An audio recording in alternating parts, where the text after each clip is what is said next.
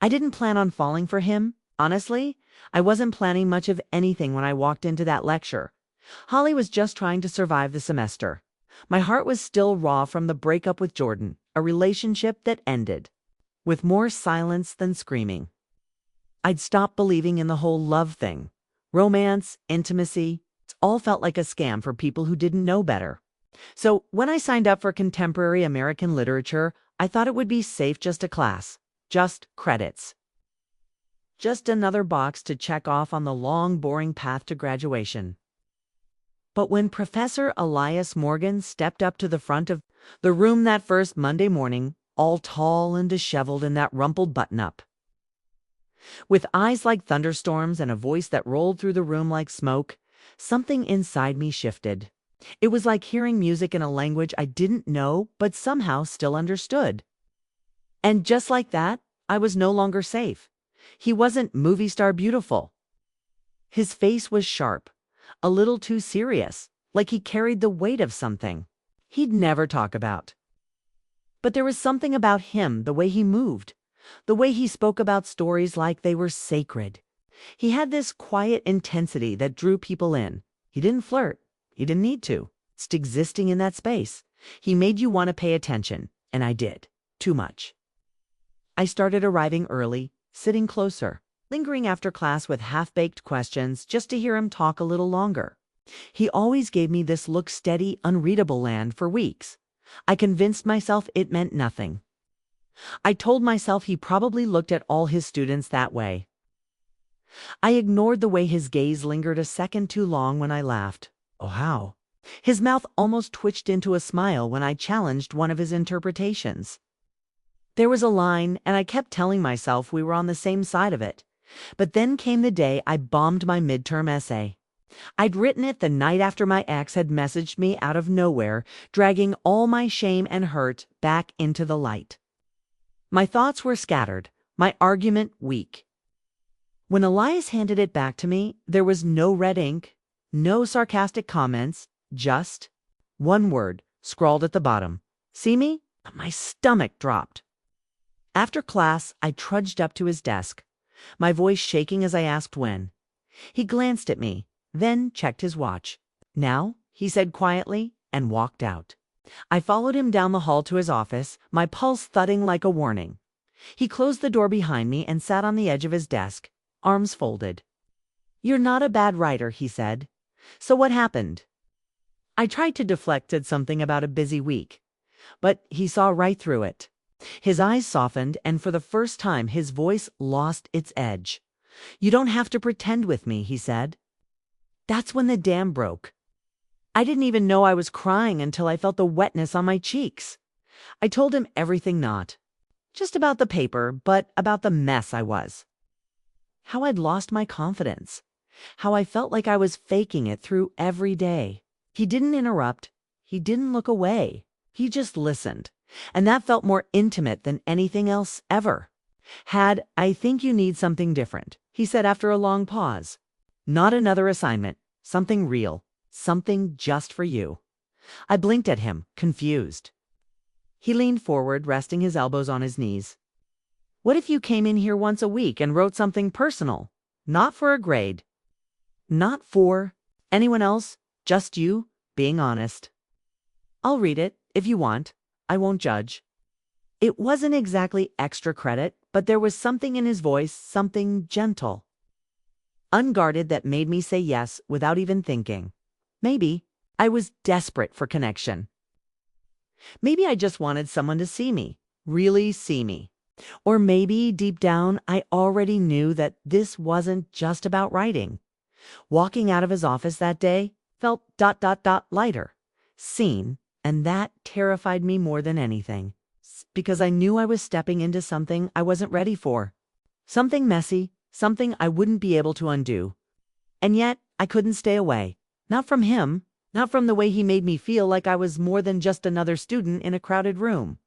I told myself it was harmless, that it was just words on a page. But part of me already knew I wasn't just writing to heal.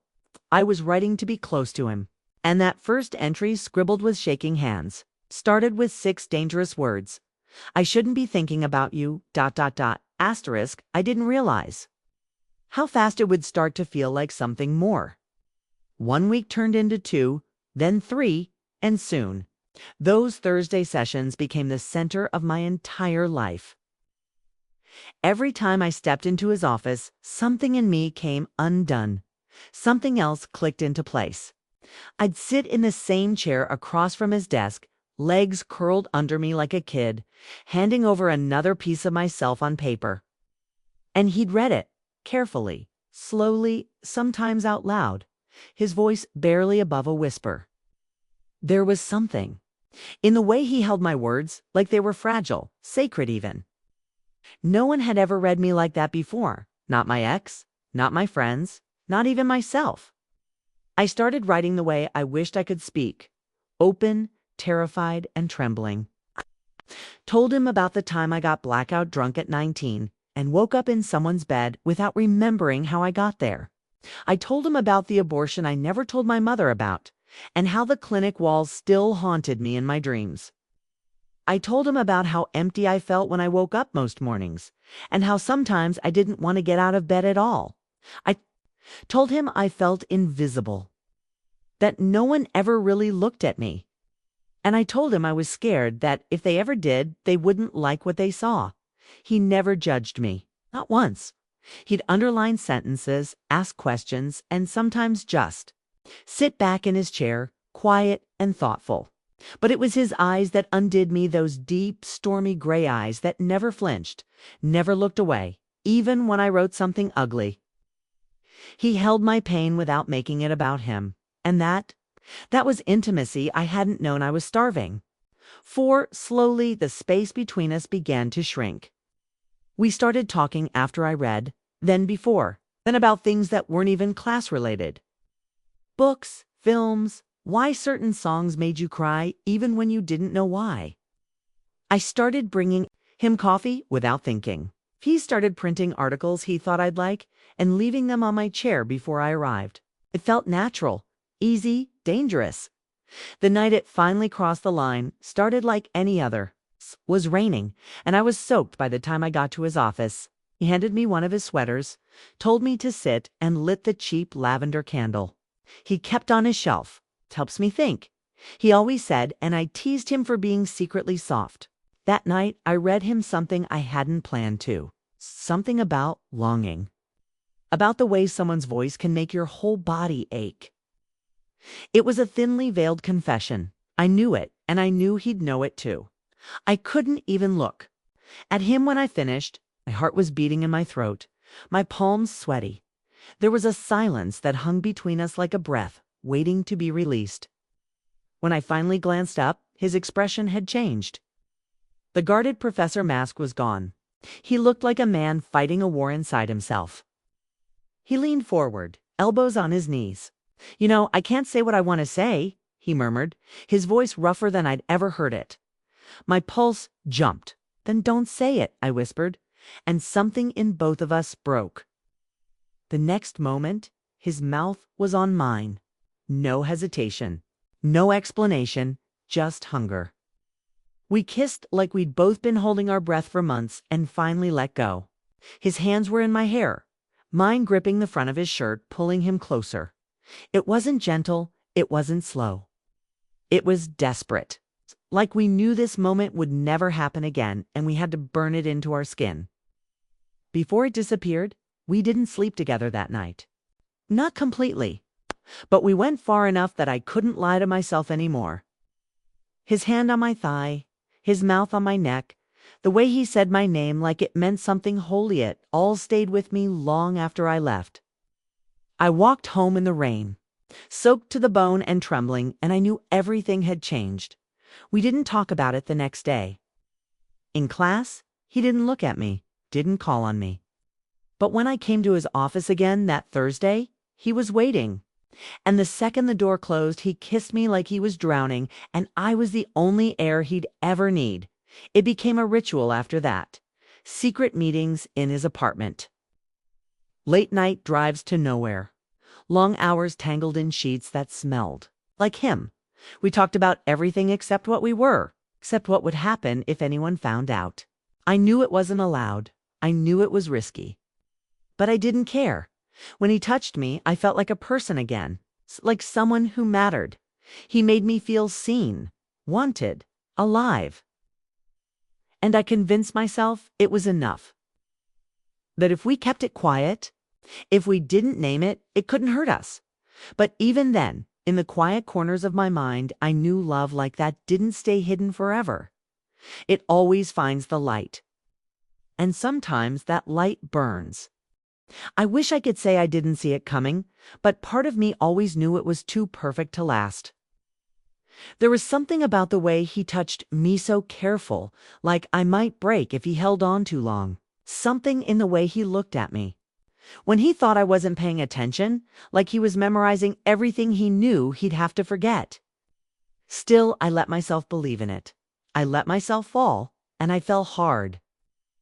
Every time I woke up in his bed, sunlight sliding through those thin curtains with his arms still wrapped around me like I belonged there, I told myself this could be real. I started writing stories, again real ones. Fiction that was just a little too close to truth. I smiled more. My friends noticed I wasn't as shut off. I told them it was therapy, journaling, learning to take care of myself. I didn't tell them the truth that I was in love with a man who was supposed to grade my papers, not kiss my scars. We kept our bubble sealed tight. No one at school knew. We used burner apps to text, met out of town when we could. He always made sure no one followed him, parked down the street from my apartment. I hated how good he was at hiding. It made me wonder how many times he'd done it before, but I didn't ask, didn't want to ruin it with suspicion. I was so desperate to keep him. I was willing to pretend I had all of him, even when I didn't. I didn't know the full truth until the day it all shattered. It was finals week, and I'd spent the night at his place again.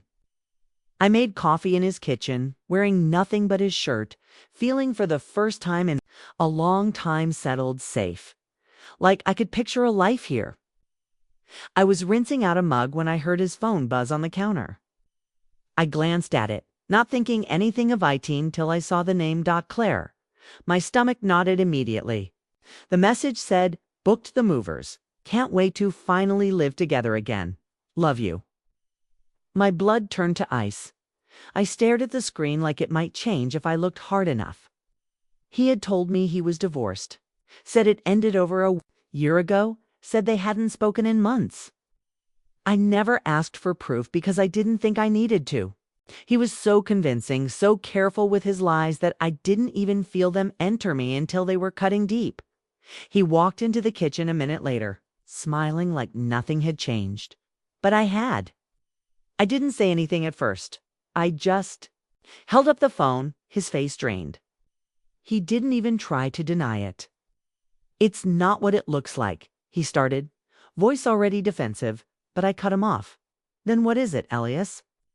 Because from where I'm standing, it looks a lot like betrayal. He reached for me, tried to touch my arm, but I pulled back like he was fire. And maybe he was. Maybe I'd been letting him burn me this whole time without realizing how close I'd gotten to the flame. I left with shaking hands and no shoes. And my coat was still hanging on the back of his door, but I didn't care. I walked home in a daze, letting the cold wind slap my face until I couldn't feel anything but the numb ache under my skin. I blocked his number that night, deleted every message, every voicemail. I didn't cry not at first. I was too angry, at him, at myself, at the entire universe for giving me something that felt like love and yanking it away without warning.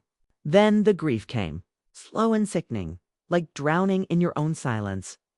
I failed my final paper. I couldn't eat, couldn't sleep. Every room I walked into felt like it had him in it. Every poem, every line I had written suddenly felt like a joke. And the worst part, I still missed him. I missed the way he whispered my name like a prayer. I missed how he looked at me like I was art. I missed the fantasy of what we could have been, the illusion of safety in his arms. And I hated myself for that longing. Because what does it say about me? That I wanted back the man who lied to my face and kissed me with that same mouth. I started questioning everything. Was any of it real?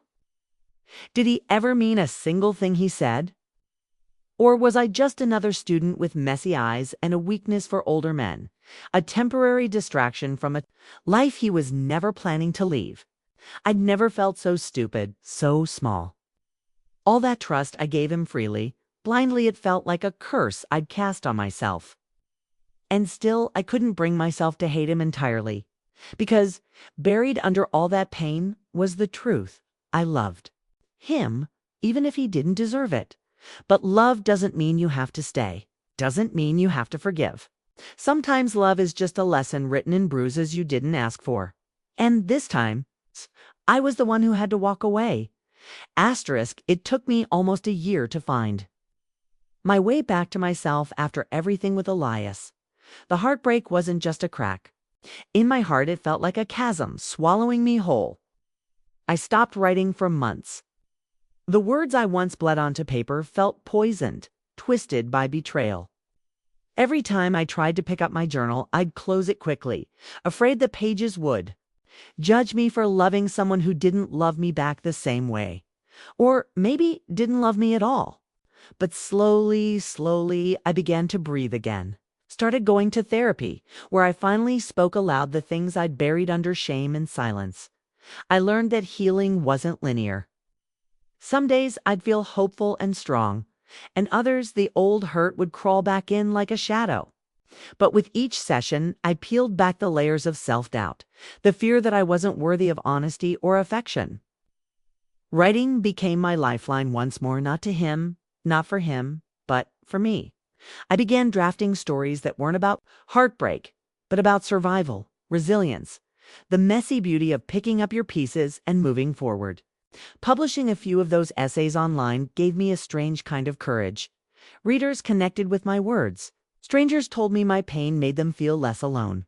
That felt like a kind of redemption I hadn't expected. Then, nearly a year after, I'd walked away from Elias. I got an email from him. It froze, the screen blurring slightly as my heart hammered in my chest. The subject line was simple: "I'm sorry." The message inside was longer, full of confessions I never thought he'd have the courage to admit. He told me he'd finalized his divorce months ago, that the months we spent together were the only bright spot in a dark time he'd been hiding from the world. He said he thought about me every day, that losing me was the biggest mistake of his life, and that if I could find it in my heart to meet him again, he'd do whatever it took to make things right. I read it over and over, each time feeling the old ache twist inside me like a knife. I wanted to respond, scream, to forgive, to curse. But mostly, I just wanted to protect the fragile self I'd rebuilt without him, so I didn't answer. Instead, I deleted the email. Not because I didn't still love him, not because the pain had vanished, but because I loved myself more now. I realized that loving someone who had broken you doesn't mean you have to keep giving them the keys to your heart. I owed it to myself to stay whole, to trust again if that trust started with me alone. Moving on wasn't about forgetting him. It was about remembering who I was without him, strong, messy, imperfect, but mine. I learned that sometimes the hardest love stories are the ones we write for ourselves, where the hero is not the person who hurt us, but the person who chooses to heal. Now, when I look back at those extra credit sessions in his office, I don't just see a secret affair. I see the beginning of my awakening, the first time someone looked at me and saw all my broken edges without flinching. And though that chapter ended in betrayal, it also gave me the courage to start writing the next one with hope, with honesty, and with a heart ready to love again. On my own terms.